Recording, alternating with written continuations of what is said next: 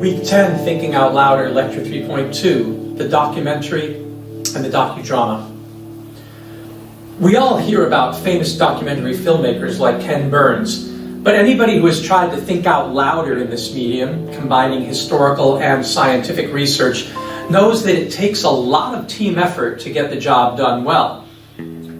Writing an essay, a script, and even making an illustrated podcast can be done alone, but once you get into production, you'll find it much better to work in a group.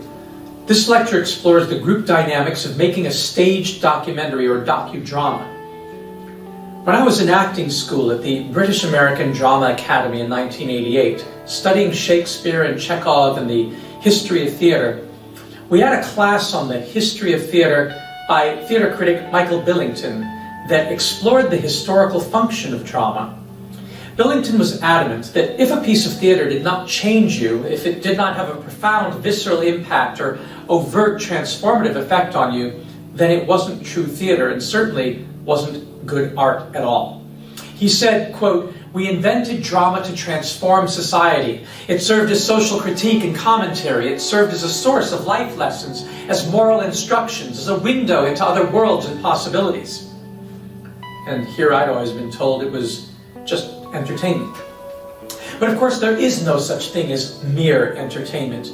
We are social animals and we learn by watching others interact, and we know that play evolved in mammals for serious survival learning. So when we attend a theater play, we're just amping up what all mammals do, but taking it to the next level, codifying our performances on the playground called the theater into works that can be replayed over and over throughout history, so that the great conversation is never terminated and can always be referred to and added to. Shakespeare's 10 plays about historical figures, Henry IV, Part 1, Henry IV, Part 2, Henry V, Henry VI, Part 1, Henry VI, Part 2, Henry VI, Part 3, Henry VIII, King John, Richard II, Richard III, are among the early English docudramas, predating Ken Burns by several centuries. But the ancient Greeks were doing the same millennia before that, and it's fair to say that the songs of bards and minstrels and the poems of traveling poets functioned in much the same way. What was different was that the reconstructions had to be heavily stylized and thus weren't as realistic as a modern docudrama. Today's documentaries and docudramas are so realistic and compelling that people have a hard time figuring out what is real and what is reconstruction. Nonetheless, the effect on our nervous system could very well be the same. The reconstructions moved us. From election results to religious epiphanies and religious wars, the way we use drama to affect the human psyche has always been powerful. Several years ago, I took some students to Gettysburg to see reconstructions of the Civil War, and we attended a performance at the Gettysburg Cyclorama, which premiered in 1883. A cyclorama is a giant 360-degree theatrical diorama that has a wraparound painting for its background, in this case depicting the battlefield during the war, and containing artificial landscapes and props, mannequins of dead soldiers and horses, cannons, tents, bushes and trees and rocks in the foreground. They would play music and simulate the sounds of battle and narrate as they changed the lighting to expose different parts of the circular scenery, so as to lead the audience who rotated with the story through the events of the pivotal battle. It was a popular way of dramatizing and teaching history, and the narrative would change depending on who was telling the story, of course. Cycloramas were also traveling shows that went from town to town like circuses. So the idea of 3D immersive docudramas isn't something new. What was new by the beginning of the 20th century was the ability to take a hand-carried roll of celluloid film to a darkened space anywhere on Earth and instantly project moving images that appeared real to diverse audiences. Since the first photograph was made in France in 1826 by Joseph Nicephore Nepis, using pictures at an exhibition to elicit emotional response, document different realities and create illusions to evoke emotional responses, photography became a tremendous force for consciousness changing, working on our psyche far more impactfully than the paintings it supplanted. By January of 1888, the National Geographic Society launched its first international magazine using photography for, quote, the increase and diffusion of geographical knowledge, end quote. It just got more and more and more powerful once Louis Le Prince that same year in 1888, put a bunch of picture frames together to create the first motion picture. Moving pictures, or movies, were born. And it is said that when the first motion picture of a train headed for the camera was shown in theaters in 1896, in what is hailed as the first documentary film, called L'arrivée d'un train en gare de la Ciotat, or The Arrival of a Train at La Ciotat, it caused a stampede of panicked viewers who were afraid the train might hit them. Whether that anecdote is true or not, whether it's an exaggeration that has obtained myth status, is still a matter of debate. Apparently nobody filmed the event. But the invention of motion pictures certainly created a medium that enabled people to think out louder than ever before, and this particularly came true once pioneer artists realized they could use the same techniques and technologies to make things move and move people that had never moved or even existed before.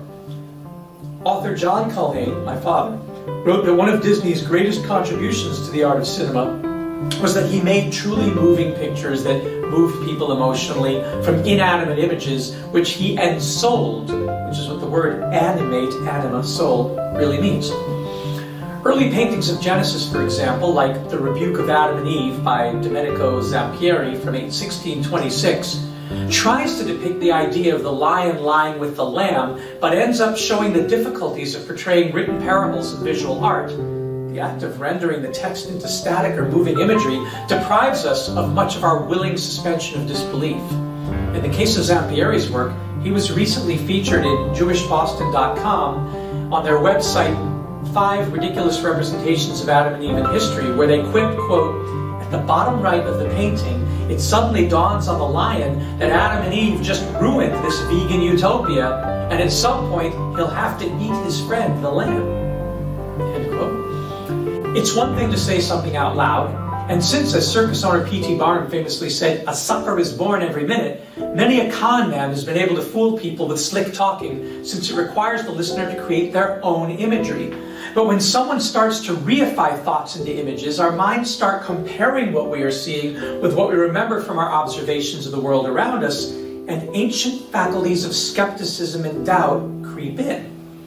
Remember from our previous lectures, based on the book The Art Instinct, that natural selection equipped us with ways of decoupling fantasy and reality so that we could distinguish our dream time from our waking life. Well, most of us anyway. And so that we could engage in play, using imagination to learn serious life skills in the lowest risk environment. Each time we developed ways to think out louder and bring to life our thoughts in ways that permit comparison with what our senses have told us about the real world, we face a challenge of verisimilitude.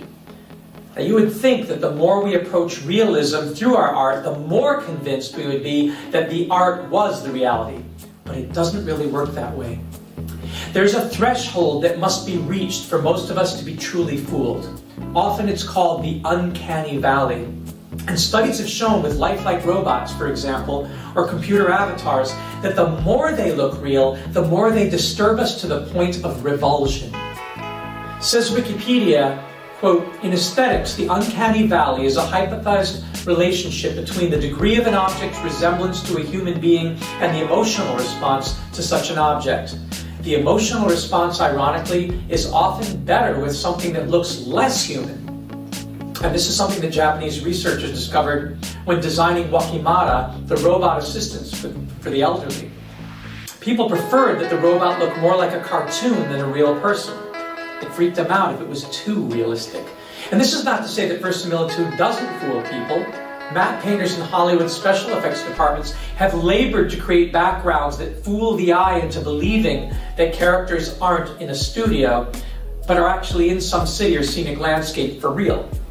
However, when my father took me when I was a kid to a Manhattan art exhibit of the work of his friends, the legendary Disney matte artists Peter and Harrison Ellenshaw, Harrison showed me how up close the paintings don't look real at all, but are rather impressionistic.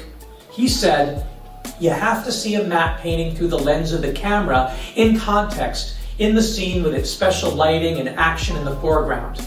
It is meant to create an emotional response. That's why we don't use photographs. Photographs are photorealistic, but they feel all wrong. It's not the way we see the world in our mind's eye."